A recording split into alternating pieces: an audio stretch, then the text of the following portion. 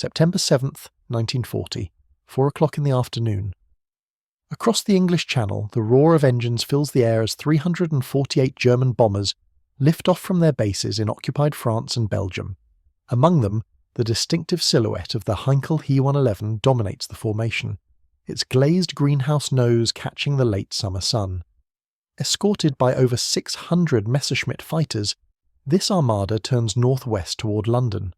For Londoners enjoying what novelist William Sansom would later describe as one of the fairest days of the century, a day of clear, warm air and high blue skies, the air raid sirens begin their mournful wail just after 4 in the afternoon. What follows would mark the beginning of the Blitz, a sustained bombing campaign that would test the resolve of an entire nation. But this moment, this arrival of German bombers over British skies, was not the beginning of the Heinkel 111 story. That story began years earlier, born from deception, forged in a distant civil war, and perfected through the harsh lessons of combat. The Treaty of Versailles, signed in the aftermath of the First World War, had placed strict restrictions on German military aviation. Germany was forbidden from possessing a military air force, from developing bombers, from building the instruments of aerial warfare. But treaties are only as strong as the will to enforce them, and in the secretive design bureaus of German aircraft manufacturers during the early 1930s, engineers found creative ways around these restrictions. The solution was elegant in its simplicity. Build civilian aircraft that could easily be converted to military purposes. Develop commercial airliners that happened to have the speed, range, and structural capacity to carry bombs. Present them to the world as peaceful machines while quietly preparing them for war. At Heinkel Flugzeugwerke in Rostock, brothers Siegfried and Walter Günther faced this challenge in 1934. Ernest Heinkel, the company's founder, had given them a difficult assignment: design a fast passenger aircraft for Lufthansa, Germany's national airline. But everyone understood the unspoken requirement. This aircraft had to be capable of becoming a bomber when the time came. The Günther brothers were not experienced aircraft designers. They brought little background to the table, but what they lacked in experience, they made up for in innovation and vision. Their starting point was the Heinkel A-70 Blitz, a sleek single-engine aircraft that had already proven itself as a fast mail and passenger plane. The He-70 was a beautiful machine, featuring an elliptical wing design and streamlined fuselage that allowed it to set speed records. In its normal 4-passenger configuration, powered by a BMW 6 engine, it could reach 240 miles per hour, making it one of the fastest commercial aircraft of its time. The Günther brothers took this proven design and scaled it up. They removed the nose-mounted engine and instead fitted 2 engines to the wing leading edges, creating what was often called the Doppel Blitz, the double lightning. The result was an all-metal, low-wing monoplane with a semi-monocoque fuselage. The first prototype, designated He 111 V1, rolled out in early 1935. On February 24th of that year, test pilot Gerhard Nitschke climbed into the cockpit for the aircraft's maiden flight. The He 111 V1 was powered by 2 BMW 6 engines and featured a conventional stepped cockpit, with separate windscreen panels for pilot and co-pilot. As Nitschke advanced the throttles and the bomber lifted off from Rostock Marinehe, he found himself flying a machine that handled beautifully, responsive and stable. Initial test flights showed a top speed of 217 miles per hour, respectable but not exceptional. The second prototype, He 111 V2, was configured as a commercial airliner with shortened wingspan and accommodations for 10 passengers. It entered Lufthansa service in 1936, and the airline ordered 5 production aircraft designated E-111C. To the casual observer, these were simply fast passenger planes serving Germany's expanding air route network. The deception was working. But the third prototype revealed the aircraft's true purpose. The He-111 V3 was fitted out as a bomber, with a 4-man crew, internal bomb racks capable of carrying 1,000 kilograms of bombs, and 3 defensive machine guns mounted in the nose, dorsal and ventral positions. This was the wolf revealing itself beneath the sheep's clothing. Performance of the initial production variant, the He-111A-0, proved disappointing. The BMW 6 engines simply didn't provide enough power for military operations. The Luftwaffe rejected the aircraft, but the Chinese government, desperate for modern military equipment, was less particular. 6 He-111 aircraft were sold to China, and eventually saw limited service with the Nationalist Chinese Air Force during the opening phases of the Sino-Japanese War. Meanwhile, Heinkel engineers were already working on improvements. The breakthrough came with the He 111 V5, which incorporated Daimler-Benz DB600 engines. These inverted V12 engines dramatically improved performance, boosting both speed and overall capability. The result was the He 111B, ordered into large-scale production and entering Luftwaffe service in late 1936. By early 1937, Germany had a modern medium bomber, but it remained untested in combat. That opportunity would come sooner than anyone expected in the mountains and cities of Spain. In July 1936, civil war erupted in Spain. Nationalist forces led by General Francisco Franco rose against the Spanish Republic. What began as an internal conflict quickly drew international involvement. The Soviet Union supported the Republicans, while Nazi Germany and Fascist Italy backed Franco's nationalists. For Germany, the Spanish Civil War presented an invaluable opportunity, a chance to test new weapons and tactics under real combat conditions, a laboratory for the coming war that German military planners were already anticipating. In November 1936, Germany established the Condor Legion, a volunteer force of Luftwaffe personnel and equipment sent to support Franco. The initial bomber contingent consisted of Junkers Ju-52 transport aircraft pressed into bombing service. These lumbering three-engine planes proved woefully inadequate as bombers. They were slow, vulnerable, and suffered heavy losses to Soviet-supplied Polikarpov F-15 and I-16 fighters flown by Republican pilots. The Germans needed something better. In February 1937, 4 Heinkel He 111B aircraft arrived in Spain, along with 4 Dornier Do-17s and 4 Junkers Ju-86s. These 3 types would compete to become the Condor Legion's primary bomber. The Heinkels made their combat debut on March 9, 1937, attacking Republican-held airfields in support of the Battle of Guadalajara. From the first mission, the Heinkel's superiority was evident. It was faster than both the Dornier and Junkers, could carry a heavier bomb load, and proved more reliable in operation. Initial losses were remarkably low. Spanish Republican fighters struggled to intercept the swift German bombers, which could outrun many of the fighters opposing them. This early success reinforced a dangerous belief within the Luftwaffe. That speed alone could protect bombers, that defensive armament was secondary to performance. More Heinkels arrived from Germany throughout 1937. By October, the entire Kampfgruppe 88, the Condor Legion's bomber group, was equipped exclusively with He 111s. As newer F-111E models became available, the older B variants were passed on to Spanish Nationalist Air Force units, who formed Grupo 10 G25R in August 1938. The He 111's operations in Spain range from tactical support of ground forces to strategic bombing of Republican cities and infrastructure. One mission in particular would become infamous, a dark foreshadowing of the terror bombing that would characterize the coming World War. On April 26, 1937, Condor Legion aircraft, including He 111s, participated in the bombing of Guernica, a small Basque town of little military significance. The attack, conducted on market day when the town was crowded with civilians, resulted in massive casualties and the near-total destruction of the historic town centre. The bombing of Guernica shocked the world and inspired Pablo Picasso's famous painting. It also provided a grim demonstration of what modern aerial bombardment could accomplish against undefended civilian targets. By the time the Spanish Civil War ended on April 1, 1939, the Condor Legion had received 90, 4 Heinkel He 111s. 21 had been lost to enemy action, 15 more in accidents, and 1 destroyed by sabotage.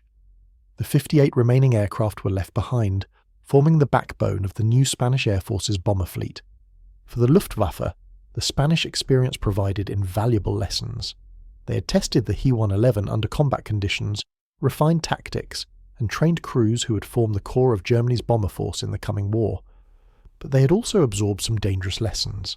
The apparent success of the lightly armed but fast bomber in Spain would lead to fatal miscalculations when the He 111 faced modern fighter opposition over Britain. Between 1937 and 1939, the He 111 underwent continuous development. The He 111E introduced the more powerful Junkers Jumo 211 engine, which would become standard in most wartime variants. The He-111F featured a simplified straight-edged wing that was easier to manufacture than the original elliptical design. But the most significant change came with the He-111P variant, which appeared in late 1938. The P-series introduced the distinctive fully glazed greenhouse nose that would become the He-111's most recognisable feature. This revolutionary cockpit design eliminated the traditional stepped windscreen, instead featuring an asymmetrical glazed nose that provided exceptional visibility for the pilot and crew. The pilot's seat was positioned on the port side with greater curvature, while the bombardier sat to starboard. This innovative design concentrated most of the crew at the front of the aircraft in a spacious, well-lit environment. British test pilot Eric Brown, who would later evaluate captured German aircraft, described his impression of the He-111's unique greenhouse nose. The overall impression of space within the cockpit area and the great degree of visual sighting afforded by the glass panelling were regarded as positive factors. The pilot's seat could actually be elevated, raising the pilot's eyes above the level of the upper glazing, with a small pivoted windscreen panel allowing the pilot's head to extend above the glass tunnel for better forward view during takeoffs and landings. By late 1939, Heinkel had opened a dedicated factory at Oranienburg near Berlin specifically for He-111 production. The bomber was entering mass production just as Germany prepared for war. September 1st, 1939, Germany invades Poland, the Second World War begins. Among the aircraft that darkened Polish skies on that fateful day are 705 Heinkel He-111s, forming the backbone of the Luftwaffe's bomber force alongside 533 Dornier Do-17s. The Polish campaign provides the first test of the He-111 in major warfare. Flying from bases in Germany, the bombers attack Polish airfields, railway junctions and troop concentrations. The Poles, equipped with obsolete aircraft and overwhelmed by German air superiority, can offer little effective resistance. Within weeks, Poland has fallen, conquered by the combined onslaught of German and Soviet forces. The period from September 1939 to April 1940 becomes known as the Phony War. Britain and France have declared war on Germany, but little actual fighting occurs on the Western Front. During these months, He-111 units conduct limited operations, maritime reconnaissance and anti-shipping strikes in the North Sea, propaganda leaflet drops over Britain and France, occasional attacks on British naval vessels. One incident during this period demonstrates both the He-111's capabilities and the fog of war's deadly consequences. On February 22, 1940, Kampfgeschwader 26 is ordered to attack fishing boats in the Doggerbank region. German naval intelligence suspects these vessels as serving as early warning posts for British naval movements. Simultaneously, a German destroyer flotilla is operating in the same area, attempting to slip through a narrow gap in a British minefield. The liaison between the Kriegsmarine and Luftwaffe breaks down catastrophically. KG-26 has not been informed of the German destroyer's presence. Attacking from nearly 5,000 feet, the He-111 crews mistake their own ships for enemy vessels. They sink 2 German destroyers, the Leberecht Maas and Max Schulz, with the loss of 600 German sailors. The incident is covered up, but it reveals the coordination problems that would plague German military operations throughout the war. In April 1940, the Phony War ends with stunning German offensives. Operation Weserübung, the invasion of Denmark and Norway, begins on April 9th. Heinkel, He-111s from Kampfgeschwader 4, KG-26, and Kampfgruppe 100 play crucial roles. Denmark falls in less than 24 hours with minimal casualties. Norway proves more difficult, but He-111s provide essential air support for German ground and naval forces. On April 9th, He-111s help damage the British battleship HMS Rodney and sink the destroyer HMS Gurkha. Throughout May and June, the bombers support German operations at Narvik and attack Allied reinforcement convoys. By early June, Norway is in German hands. But the main event comes in May 1940. Germany launches Case Yellow, the invasion of France and the Low Countries, the Blitzkrieg, lightning war, that has been refined in Poland, and Norway now strikes westward with overwhelming force. Heinkel, He-111s attack airfields, bridges, road junctions and troop concentrations. They provide close air support for advancing German armoured columns. One raid becomes particularly infamous. On May 14th, 1940, 60 He-111s participate in the bombing of Rotterdam. The raid is actually called off at the last minute as Dutch forces are negotiating surrender, but the cancellation signal arrives too late to halt the bombers. Although aimed at military targets, the attack destroys Rotterdam's historic centre, kills between 800 and 1,000 civilians, and leaves 78,000 people homeless. The bombing of Rotterdam becomes one of the war's early atrocities, used by Allied propaganda to demonstrate German ruthlessness. By June, France has fallen. British forces have evacuated from Dunkirk. Germany controls Western Europe from Norway to the Spanish border.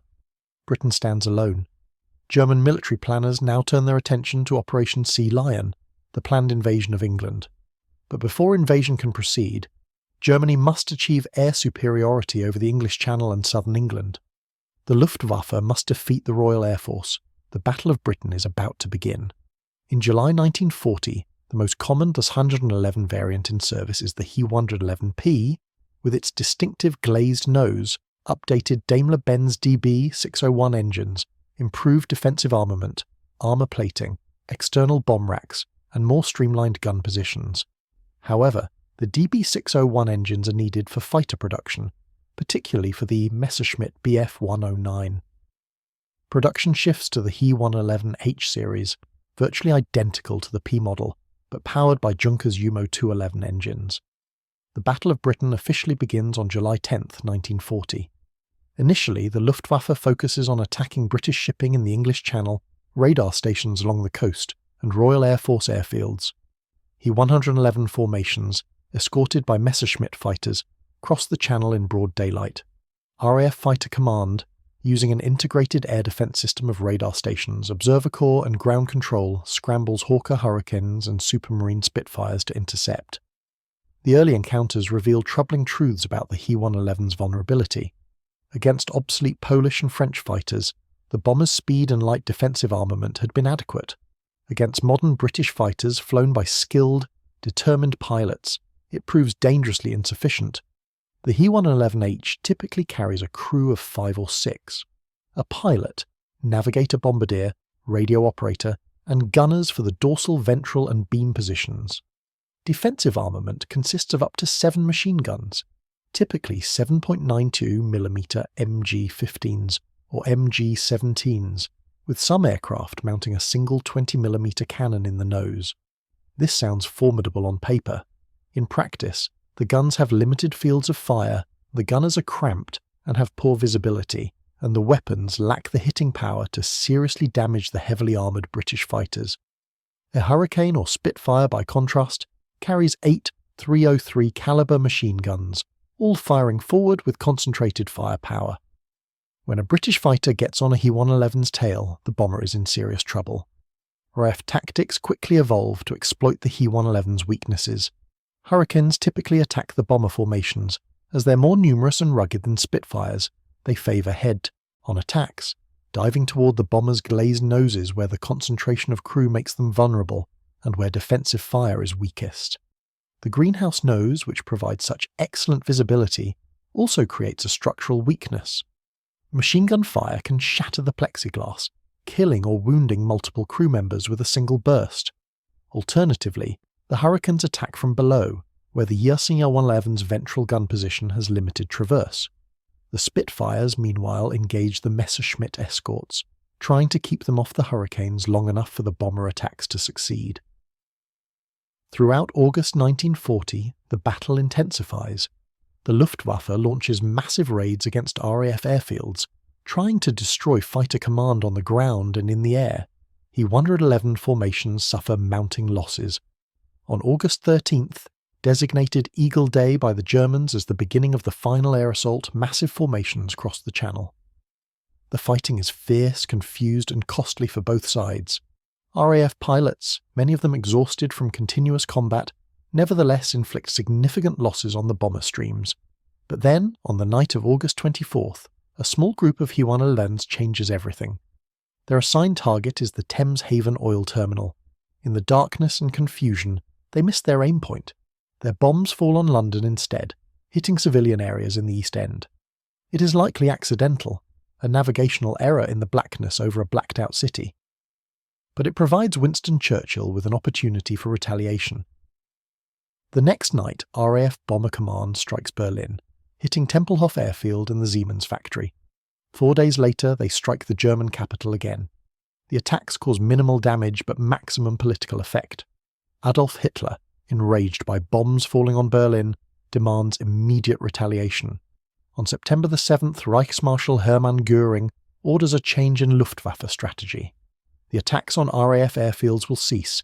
Instead, the bombers will target London itself. The decision is a colossal strategic blunder. RAF Fighter Command, reeling from weeks of attacks on its airfields and losing pilots faster than they can be replaced, is given a reprieve. But for London civilians, the nightmare is about to begin. September 7th, 1940. Late afternoon. Radar stations along the English coast detect massive formations building over the Pas-de-Calais. 348 bombers, over 600 fighters, the largest air armada yet assembled.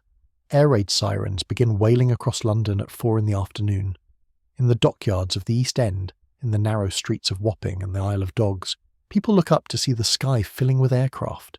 The drone of hundreds of engines grows to a thunder. Then the bombs begin to fall.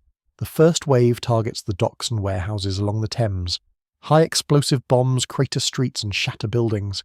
Incendiary bombs start fires that quickly spread in the densely packed neighbourhoods.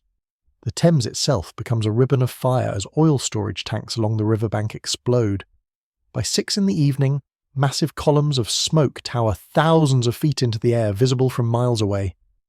As darkness falls, a second wave arrives. 247 more bombers, navigating by the fires started by the first wave, which glow like a beacon across the blacked-out city. They bomb continuously until 4:30 in the morning. By the time the all-clear sounds on the morning of September 8th, 430 people are dead, another 1,500 injured. Entire streets have been reduced to rubble. Fires rage out of control across the East End. This is Black Saturday, the beginning of the London Blitz, and it is just the beginning. For 56 of the next 57 nights, German bombers return to London. The drone of their engines, the whistle of falling bombs, the crash of explosions, the roar of flames become the soundtrack of London's nights. The He 111 is the most numerous type in these raids, making up roughly half of the Luftwaffe's bomber force over Britain. The bomber crews develop their own navigation techniques.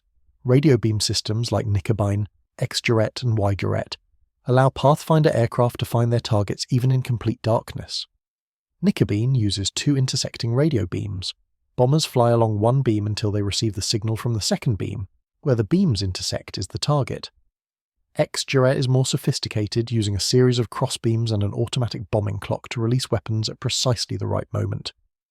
Y-Duret is fully automatic, guiding the aircraft through autopilot. On moonlit nights, the Thames itself serves as a navigation aid, a silver ribbon pointing toward the heart of London. Once the first incendiaries have started fires, subsequent waves can see the burning city from 60 miles away, a scarlet glow against the night sky. The bombers typically fly at 15,000 to 20,000 feet, stepped in formations designed to concentrate defensive fire against attacking night fighters. Each He 111 carries between 2,000 and 4,400 pounds of bombs. A typical load consists of mixed high explosive and incendiary weapons. The explosive bombs crater streets, collapse buildings, and rupture water and gas mains. The incendiaries start fires that overwhelm the fire service. Some raids employ parachute mines, massive 8-foot-long bombs weighing up to a ton, which drift down on parachutes before their time fuses detonate them. These weapons create enormous blast effects capable of levelling entire city blocks. Life in London during the Blitz becomes a strange existence suspended between normality and terror. During the day, people work, shop, go about their business, clean up crews, clear rubble, repair bomb damage, restore essential services. But every evening as dusk approaches, the tension builds. Will the bombers come tonight? The answer, more often than not, is yes. When the air raid sirens sound, Londoners have learned to head for shelter. Some use public shelters, others crowd into basement cellars. Still others flee to the London Underground, sleeping on station platforms as trains continue to run overhead. The government initially forbids using the tube stations as shelters, fearing they'll become permanent refugee camps. The public ignores the prohibition, simply buying platform tickets and refusing to leave. Eventually the authorities accept the inevitable and make provisions for the thousands who shelter underground each night. Others shelter in Anderson shelters, corrugated steel structures buried in back gardens and covered with earth. These offer protection from shrapnel and blast but will collapse if struck directly. Inside homes, families huddle under Morrison shelters, heavy steel tables designed to prevent upper floors from crushing occupants if the building collapses. Many simply gather under the stairs, traditionally the strongest part of a house.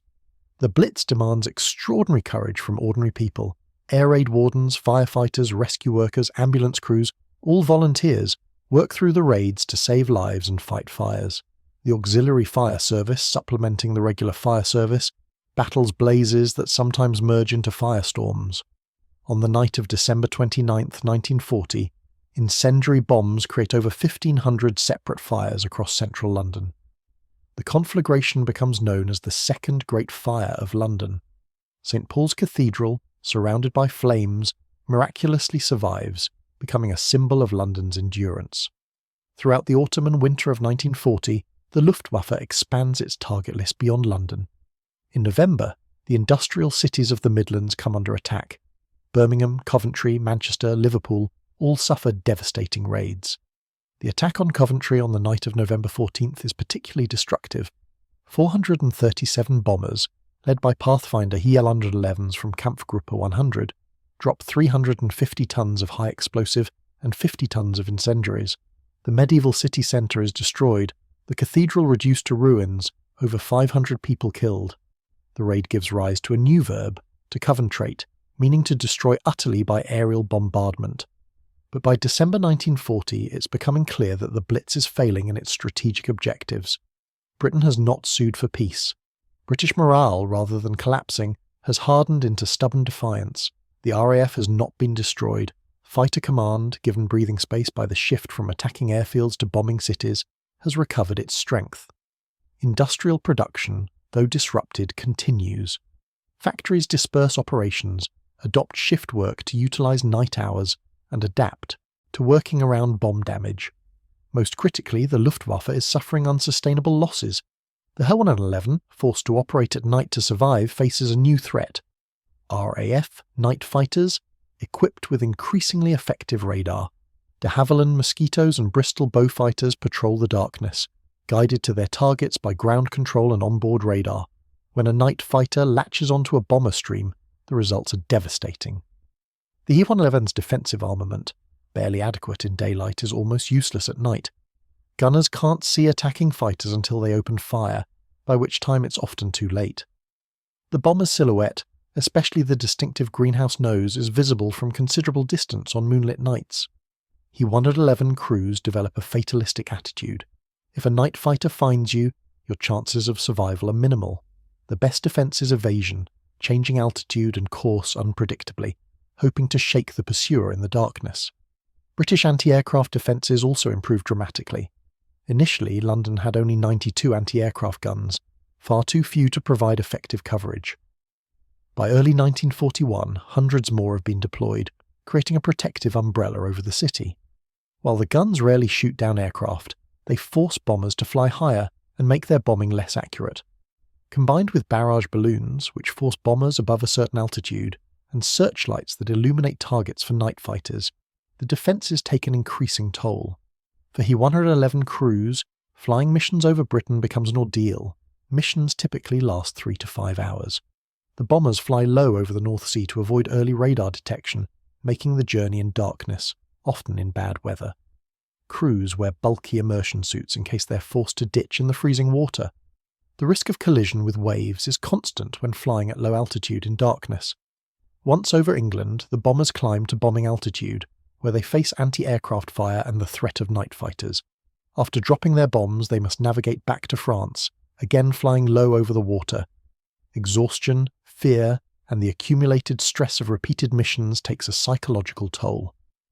By spring 1941, the Luftwaffe's bomber crews are as exhausted as London civilians, and then, suddenly, it ends. On May 10th, 1941, the Luftwaffe launches its heaviest raid yet on London. 505 bombers drop 700 tons of high explosive and nearly 100,000 incendiaries. Over 1,400 people are killed, making it the deadliest single raid of the Blitz. But it is also the last major raid on London. In June 1941, Germany invades the Soviet Union. Operation Barbarossa, the attack on Russia, requires every available aircraft. The bomber units, He 111s included, are transferred east. The London Blitz is over in 8 months of sustained bombing. German aircraft have dropped over 18,000 tons of high explosives and nearly 12,000 tons of incendiaries on London alone. Over 40,000 British civilians have been killed, another 46,000 injured. Countless more have lost their homes. Entire neighbourhoods have been reduced to rubble, but Britain has survived. The He 111, designed in the mid-1930s as a fast-medium bomber, has proven adequate but not exceptional in its primary role. Its bomb load, typically 2 tons, is too small to cause decisive damage to a large dispersed city. Its defensive armament is insufficient against determined fighter opposition. Its range, while adequate for raids on Britain from French bases, limits strategic flexibility. Against modern air defences and skilled opponents, the He 111 suffers losses that cannot be sustained indefinitely. Yet the aircraft has proven remarkably durable. He 111s return to base with damage that would destroy other aircraft. The radial engine, lacking vulnerable liquid cooling systems, can absorb significant battle damage. The robust airframe can take punishment and keep flying. Of the 3 main German bomber types, the He 111, Dornier Do-17 and Junkers Ju-88, the Heinkel actually suffers the lowest loss rate during the Battle of Britain, with 242 aircraft destroyed compared to 303 Ju-88s lost. After the Blitz, the He 111 continues in Luftwaffe service, but increasingly in secondary roles. On the Eastern Front, He 111s provide tactical support for German ground forces, bombing Soviet positions and infrastructure. In the Mediterranean, torpedo bomber variants attack Allied shipping. In Norway, He 111s conduct anti-shipping operations against Arctic convoys.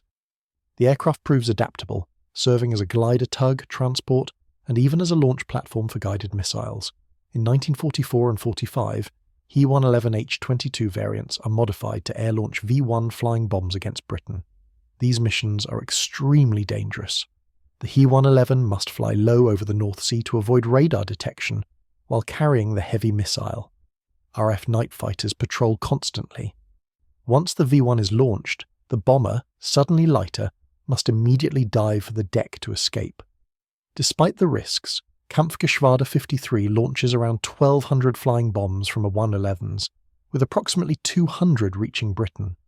By 1944, the A111 is obsolete, outclassed by newer Allied fighters and unable to survive in contested airspace. Bomber production is largely halted in September 1944 to concentrate resources on fighter production. The last He 111s roll off German production lines that month. Just 2 aircraft are completed, a stark contrast to the hundreds per month built at the type's peak. In total, approximately 7,000 Heinkel He 111s have been manufactured in all variants. The aircraft has served on every front in the European theatre, from the frozen Arctic to the deserts of North Africa, from the Spanish Civil War to the final days of the Third Reich. But for most people, when they think of the Heinkel He 111, they remember one image above all others. That iconic photograph taken on September 7th, 1940. A lone He 111 flying over the Thames, its distinctive glazed nose clearly visible, the U-bend of the river spread below, smoke rising from the burning docks. That single aircraft, frozen in time by a Luftwaffe photographer, represents both the terror of the Blitz and the resilience of the people who endured it. The He 111's legacy is complex. It was an effective bomber in the late 1930s, modern and capable when it entered service. In Spain, Poland, and the early campaigns in Norway and France, it performed well against limited opposition. But against Britain's integrated air defence system, flown by skilled RAF pilots in modern fighters, its limitations became fatally apparent. The strategic bombing doctrine that shaped its design, the belief that fast bombers could penetrate enemy defences without heavy fighter escort or devastating firepower, proved tragically flawed. The He 111 became a symbol of the Blitz, instantly recognisable to anyone who lived through those terrible months. Its greenhouse nose became an icon of German aerial aggression. For Londoners who sheltered night after night as the bombs fell, the drone of approaching Heinkels was the sound of death arriving from the darkness. Yet the aircraft also became a symbol of failed German strategy. The Luftwaffe's inability to break British resistance through bombing, despite months of sustained effort, demonstrated the limits of air power against a determined enemy. The He-111 could bomb cities, could kill civilians, could destroy buildings, but it could not force surrender, it could not break morale, it could not win the war. The Heinkel He-111's story did not end in 1945. In Spain, which had received German aircraft during the Civil War and negotiated licensed production rights, He-111s continued flying for decades. Spanish-built variants designated Casa 2.111, some powered by British Rolls-Royce Merlin engines when German Jumo engines became unavailable, served until the 1970s. The last Casa 2.111 didn't retire until 1973, more than 30 years after the type's combat debut and nearly 40 years after the first prototype flew. Today, only a handful of He-111s survive in museums.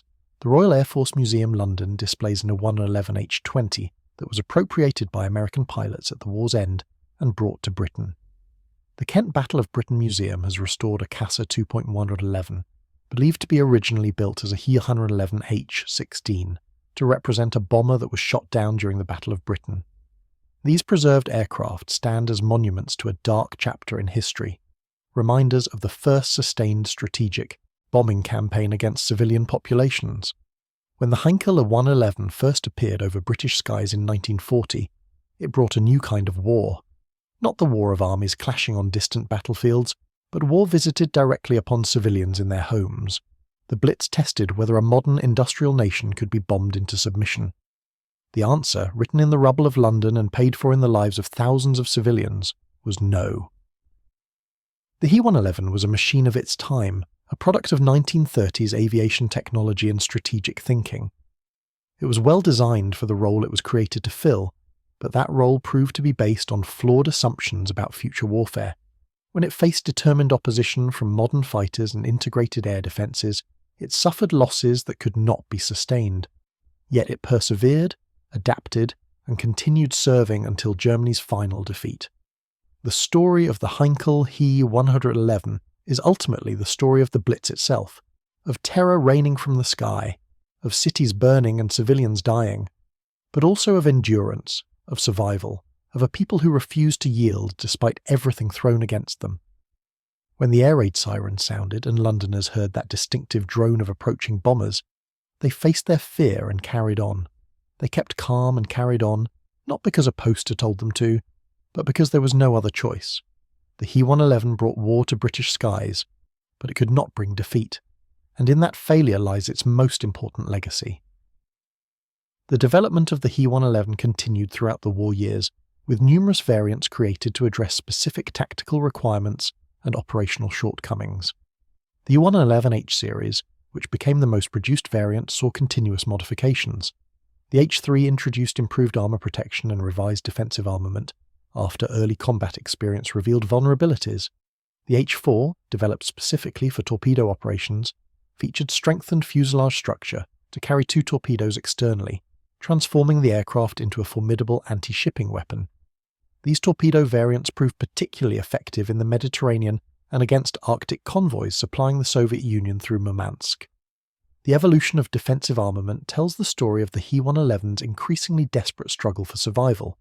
Early variants carried 3 or 4 7.92mm MG-15 machine guns in manually operated positions. Combat experience quickly showed this was inadequate.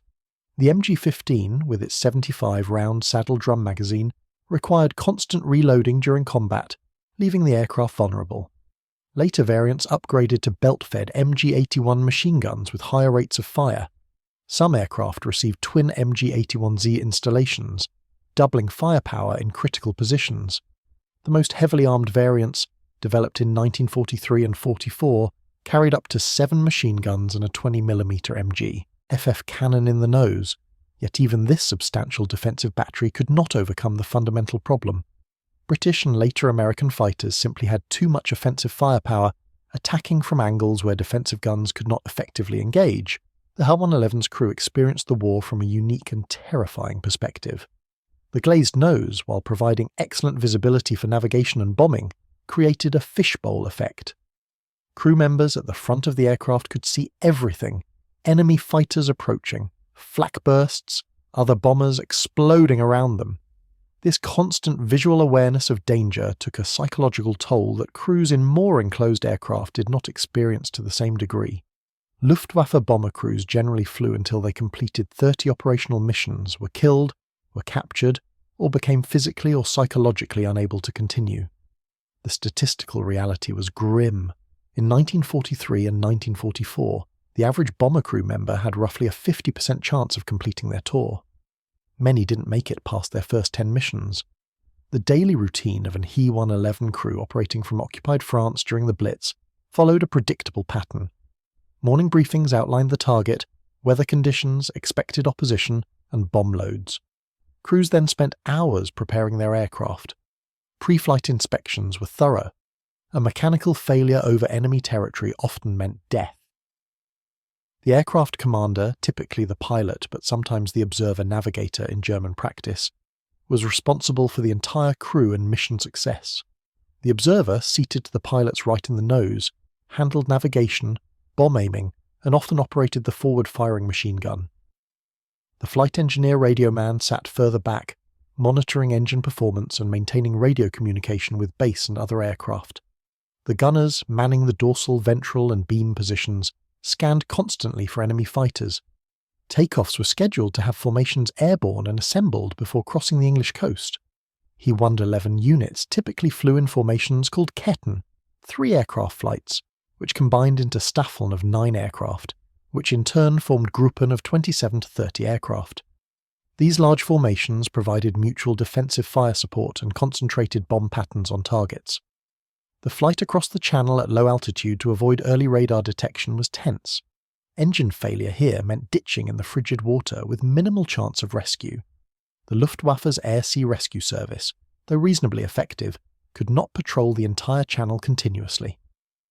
British Air-Sea Rescue prioritised their own downed pilots. German aircrew forced down in the channel faced long odds. Once over England, formations climbed to bombing altitude. In daylight operations during the Battle of Britain, this climb made bombers vulnerable to fighter interception. RAF sector controllers vectored Hurricanes and Spitfires to intercept, using radar tracking and reports from the Observer Corps to position fighters advantageously. The escort Messerschmitts, operating at the limits of their range, could only provide coverage for limited periods before fuel considerations forced them to return. He 111 formations often found themselves without fighter protection during the critical minutes over the target. When RAF fighters attacked, the experience was terrifying. The British favoured attacking from the rear quarter, slightly above or below, where their concentrated forward firing guns were most effective. Tracers, 1 in every 5 rounds visible as bright streaks, converged on the bombers. The sound of bullets striking the airframe was distinctive, a rapid metallic hammering punctuated by the sharper crack of rounds, passing through the fuselage without hitting structure. Aircraft hit in the engines often caught fire immediately. The Jumo 211's fuel and oil systems, despite self-sealing fuel tanks, introduced in later variants, remained vulnerable. Fire in flight was the most feared outcome. If fire could not be extinguished quickly, the crew had only minutes to bail out before the aircraft became uncontrollable or exploded. Bailing out from an E-111 in combat was extremely difficult. The standard crew exit was through the ventral gondola, requiring crew members to crawl aft and drop through the lower hatch. Under fire, with the aircraft possibly in a spin or steep dive, this was often impossible. Many crew members died trapped in aircraft they could not escape. Those who successfully bailed out faced new dangers. Parachuting into England meant capture, internment in POW camps for the duration of the war. Parachuting into the Channel meant a desperate struggle for survival in cold water, hoping for rescue before hypothermia or drowning claimed them. For those aircraft that successfully bombed their targets and survived the fighter attacks, the return journey brought no relief. Damaged aircraft struggled to maintain formation. Those falling behind became isolated targets for prowling fighters. Crews nursed damaged engines, compensated for shot-up control systems, and treated wounded comrades while trying to reach the French coast. The psychological impact of repeated missions was cumulative and devastating. Watching aircraft explode, seeing friends die, experiencing near misses mission after mission, created what modern medicine recognizes as post-traumatic stress disorder, but what Luftwaffe doctors in 1940 called operational exhaustion or flying fatigue. Crews developed various coping mechanisms. Some became fatalistic, believing death was inevitable and viewing each survived mission as borrowed time. Others developed superstitious rituals, wearing lucky charms, following exact pre-flight routines, refusing to fly in certain aircraft considered unlucky. Some simply broke, becoming unable to function. The Luftwaffe, like all air forces, struggled with how to handle psychological casualties. Some were quietly reassigned to training units or ground duties. Others were branded as lacking moral fibre and faced disgrace. Night operations over Britain presented different challenges and terrors. Navigation in darkness over a blacked-out enemy country required exceptional skill.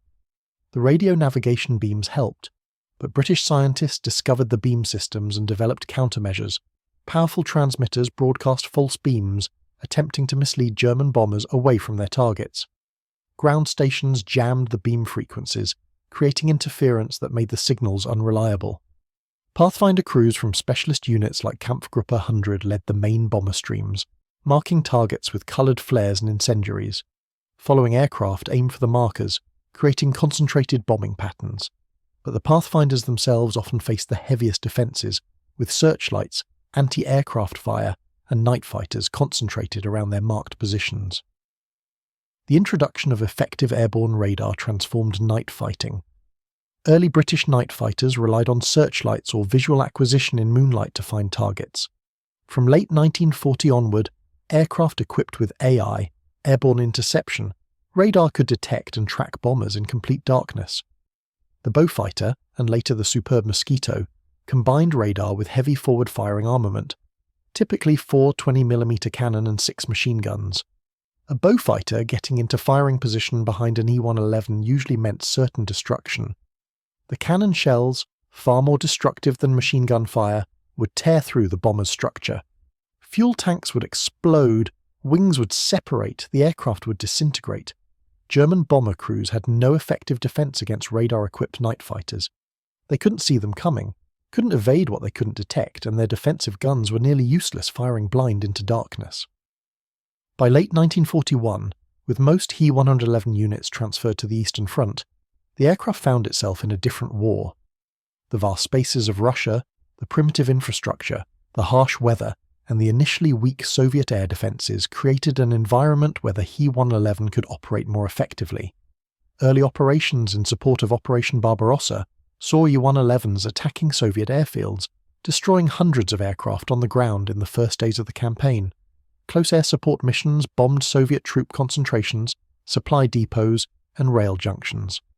The He-111's relatively long range and good load carrying capacity made it valuable for attacking targets deep in Soviet territory. But the Eastern Front's immense scale meant German air power was always stretched thin, unable to provide the concentrated support that had characterized earlier campaigns. Soviet resistance stiffened. The Red Air Force, though initially devastated, rebuilt with remarkable speed. Soviet industry evacuated beyond the Urals produced aircraft in staggering numbers. The Yakovlev Yak-1 and Yak-9, the Lavochkin La-5, and later the La-7 proved to be excellent fighters, flown by increasingly skilled pilots. Soviet anti-aircraft defences improved dramatically. By 1943, flying over Soviet-held territory had become as dangerous as flying over Britain. The He-111 losses mounted. In the brutal winter conditions, mechanical reliability became critical. The Jumo 211 engines, designed for European climates, struggled in temperatures dropping to -40 degrees Celsius. Engine oil congealed, making cold starts difficult or impossible. Ammunition belts froze, causing gun jams. Hydraulic systems failed. Ground crews worked in conditions that would be considered impossible in Western Europe, maintaining aircraft with inadequate tools, insufficient spare parts, and under constant threat from partisan activity. The siege of Leningrad saw He-111s attacking the surrounded city and the ice road across Lake Ladoga that provided the city's only supply line. The siege of Stalingrad brought He-111s into an urban combat environment, where anti-aircraft fire was intense and fighters were always present. The disastrous attempt to supply the encircled Sixth Army by air in winter 1942 to 1943 consumed transport aircraft and bomber units, including He pressed into transport service. The aircraft proved inadequate for this role. Its cargo capacity was limited, its ability to operate from improvised airstrips poor, and its vulnerability to fighters and weather catastrophic. Hundreds of aircraft and irreplaceable trained crews were lost in the failed airlift. The Mediterranean theatre presented yet another operational environment. He-111s, based in Sicily, Crete, and North Africa, conducted anti-shipping operations against British convoys supplying Malta and Allied forces in North Africa. Torpedo-equipped variants proved particularly effective. On November 12, 1941, He-111s from Kampfgeschwader 26 participated in attacks on the British aircraft carrier HMS Ark Royal, which had been torpedoed by a U-boat the previous day. The carrier, under tow and attempting to reach Gibraltar, was further damaged by near misses and eventually sank. Malta, that strategic island fortress controlling the central Mediterranean, was subjected to intensive bombing through 1941 and 1942. He-111s were prominent in these attacks, which made Malta the most heavily bombed place on Earth at that time. The island's defenders, equipped with a handful of fighters and obsolete aircraft, fought desperately against overwhelming numbers. The North African campaign saw He-111s supporting Rommel's Africa Corps, attacking British positions, airfields, and the vital port of Tobruk. The desert environment created new challenges. Sand infiltrated everything, causing engine wear and mechanical failures. The intense heat reduced engine performance and made cockpits unbearably hot. Navigation over featureless desert terrain was difficult. Forced landings in the desert were often fatal, with crews dying of thirst before rescue arrived. Following the Allied invasion of North Africa in November 1942, Operation Torch, and the subsequent collapse of Axis forces in Tunisia in May 1943, He-111 operations in the Mediterranean declined. The aircraft that had dominated Mediterranean skies in 1941 found itself outclassed by 1943. The introduction of long-range Allied fighters, particularly the P-38 Lightning and later the P-51 Mustang, over Europe in 1943 made daylight bombing operations virtually suicidal for German bombers. The He-111 was increasingly restricted to night operations, tactical support on the Eastern Front where Allied fighter presence was less overwhelming, and specialised roles. One such specialised role became increasingly important from 1943 onward. The He-111 served as the primary launch platform for the Heinkel He 293 radio-controlled glide bomb and the Henschel HES 293 guided missile. These weapons represented early precision-guided munitions, allowing attacks on ships and hardened targets from standoff ranges beyond the reach of defensive guns. The He 293, a rocket-powered glide bomb with a 1,000-pound warhead, could be launched from up to 12 miles from the target. The operator, seated in the aircraft with a joystick controller, guided the missile by observing a flare in its tail and transmitting steering commands via radio. When it worked, the system was devastatingly effective. On September 9, 1943, Do-217s armed with the 293s, part of a coordinated attack that included He-111s, sank the Italian battleship Roma as it attempted to sail to Allied custody following Italy's surrender. The battleship exploded and sank with heavy loss of life, demonstrating the potential of guided weapons. However, the guidance system was vulnerable to jamming, required the launch aircraft to remain in the target area while guiding the missile, and was difficult to use effectively against manoeuvring targets. The Fritz X, another guided weapon, was a modified armour-piercing bomb with radio guidance. Dropped from high altitude, it fell toward the target while an operator guided it using a radio control system similar to the HIS 293. On September 9, 1943, the same day Roma was sunk, Fritz X-equipped Do-217s attacked the Allied invasion fleet off Salerno. They severely damaged the British battleship HMS Warspite, putting it out of action for months. These guided weapon attacks demonstrated what precision air-to-surface weapons could achieve, foreshadowing the guided munitions that would dominate late 20th century warfare. However, the technology was immature, production limited, and the launch aircraft remained vulnerable to fighters. Allied development of jamming systems reduced the weapon's effectiveness. By 1944, most guided weapon launches were being jammed or the launch aircraft shot down before guidance could be completed. As 1944 progressed and the strategic situation became increasingly desperate for Germany, the He-111 found itself performing roles its designers never envisioned. Modified, He-111s served as night harassment bombers on the Eastern Front, conducting nuisance raids to disrupt Soviet rear areas. Others were converted to transport duties, desperately trying to supply isolated German garrisons. Some were modified as airborne early warning platforms, carrying radar to detect incoming Allied bomber streams. The He-111Z Zwilling, literally twin, was created by joining two He-111 fuselages, together with a new centre wing section mounting a fifth engine. This bizarre creation served primarily as a tug for the massive Messerschmitt Me 321 Gigant transport glider. 12 of these strange aircraft were built, and they actually proved reasonably effective in their limited role. The final major operational use of the He-111 came in 1944 with the V-1 flying bomb campaign. The Fieseler Fe-103, known to the Allies as the V-1 or Doodlebug, was a pulse-jet-powered cruise missile carrying a 1-ton warhead. Initially launched from ground ramps in northern France, the V-1 campaign began on June 13, 1944, 1 week after the Normandy invasion. The ground launch sites proved vulnerable to Allied bombing and were overrun as Allied forces advanced. The Luftwaffe developed air launch techniques using modified ERS-H-22 H-22 variants. The bomber carried the V-1 partially recessed under the starboard wing between the fuselage and engine. Launch required precise technique.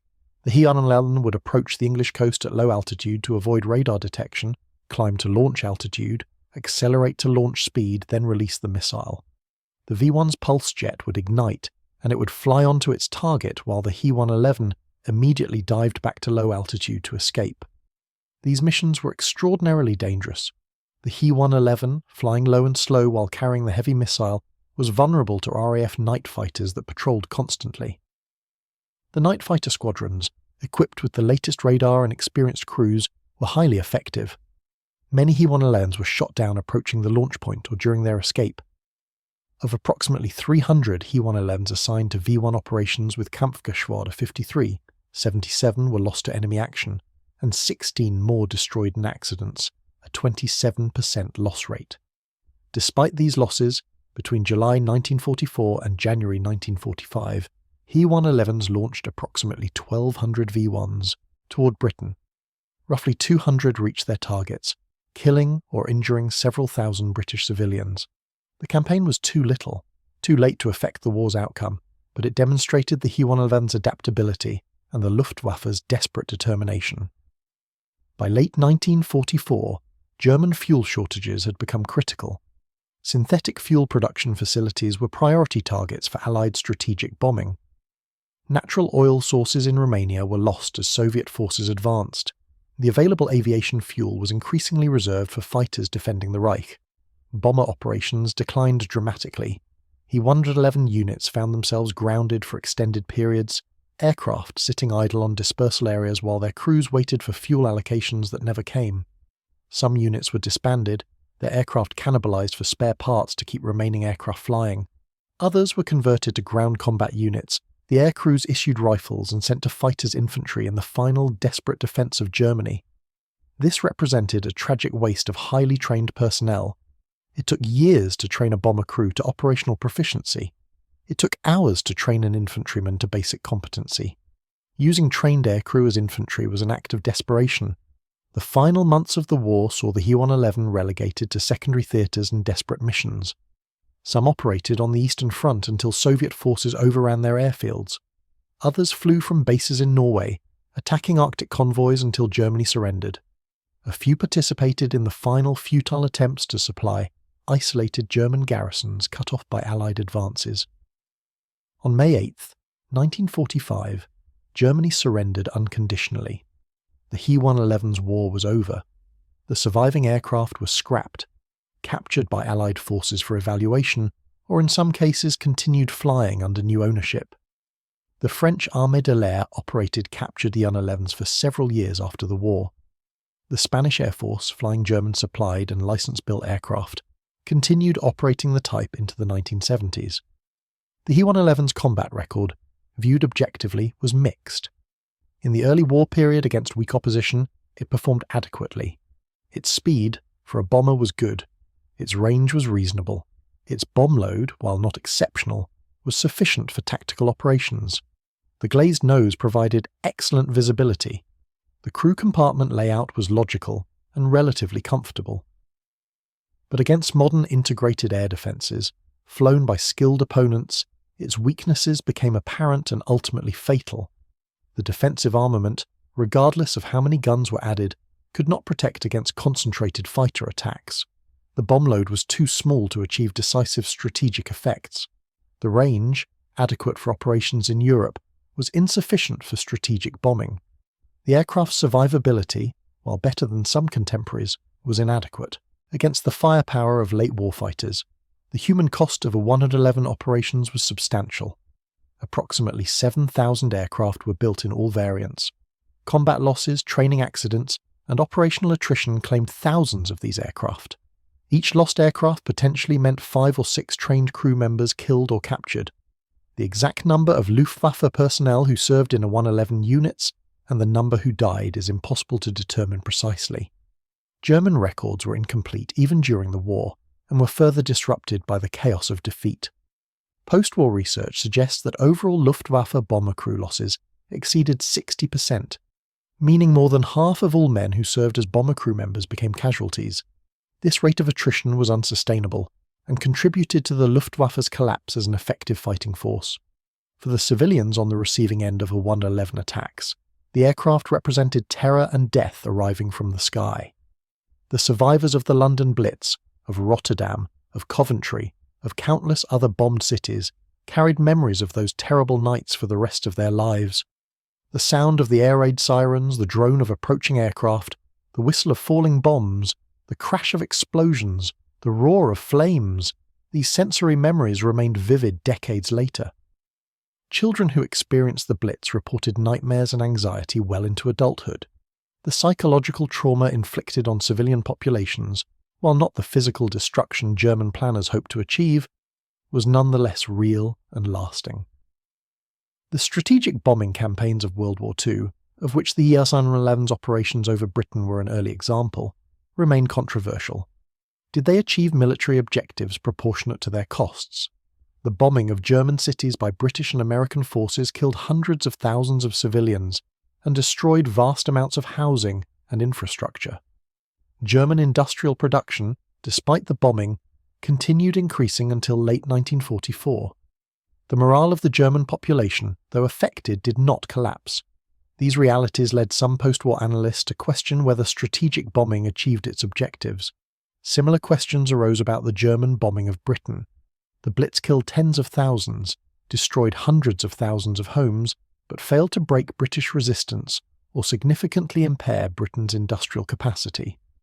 Modern historical consensus suggests that strategic bombing had value, but was less decisive than its proponents claimed. Bombing forced Germany to divert enormous resources to air defence, resources that could not be used on the Eastern Front. It disrupted transportation networks and industrial production. It forced dispersal of industry, reducing efficiency. But it did not, by itself, win the war. Similarly, German bombing of Britain achieved tactical results but failed strategically. It did not prevent Britain from continuing the war, did not destroy the RAF, did not break civilian morale.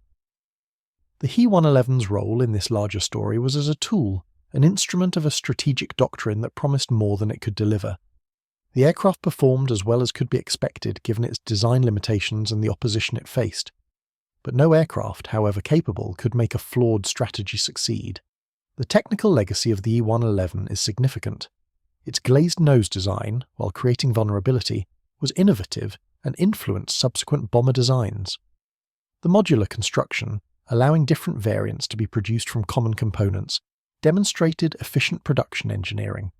The aircraft's adaptability to different roles, from level bomber to torpedo bomber to guided missile carrier, showed the value of flexible airframe design. Engineers studying captured He-111s after the war noted the generally sound construction, the attention to maintenance accessibility, and the thoughtful crew compartment layout. The Junkers Jumo 2111 engine, while not as powerful as some Allied engines, was reliable and relatively fuel efficient.